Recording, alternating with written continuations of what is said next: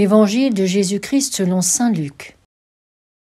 En ce temps-là, comme certains disciples de Jésus parlaient du temple, des belles pierres et des ex-voto qui le décoraient, Jésus leur déclara : « Ce que vous contemplez, des jours viendront où il n'en restera pas pierre sur pierre, tout sera détruit. » Ils lui demandèrent : « Maître, quand cela arrivera-t-il ?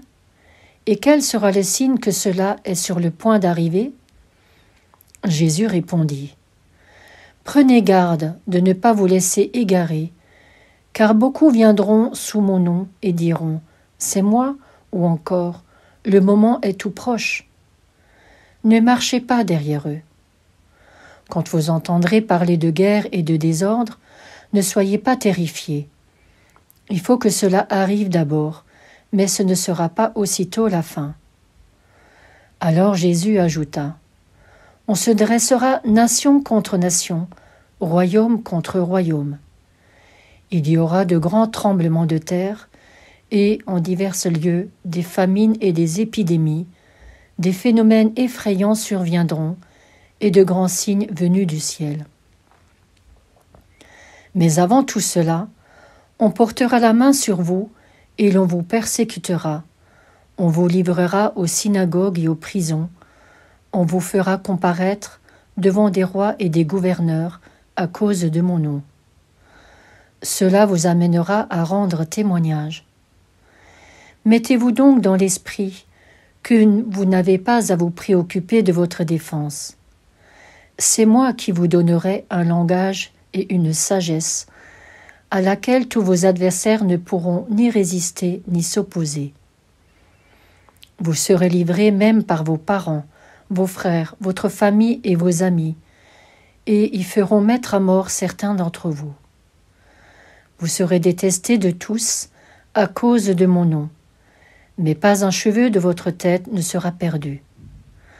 C'est par votre persévérance que vous garderez votre vie. »